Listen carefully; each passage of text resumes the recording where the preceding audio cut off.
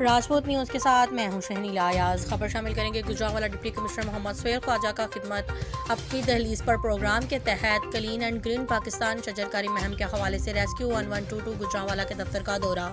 Rescue 1122 کے چاقو چبند دستے نے معزز مہمان کو سلامی پیش کی۔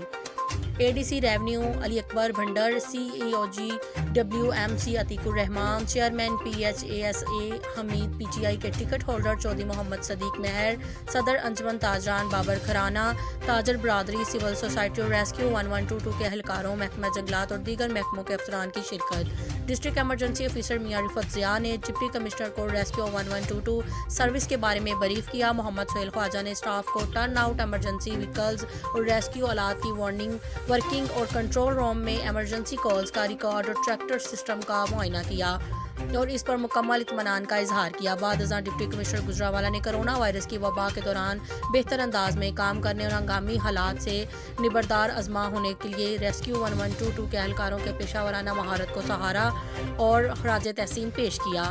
ڈپٹی کمشنر نے فائر وہیکل اور میڈیکل آلات کو وافر تعداد میں مہیا کرنے کی یقین دہانی بھی کروائی۔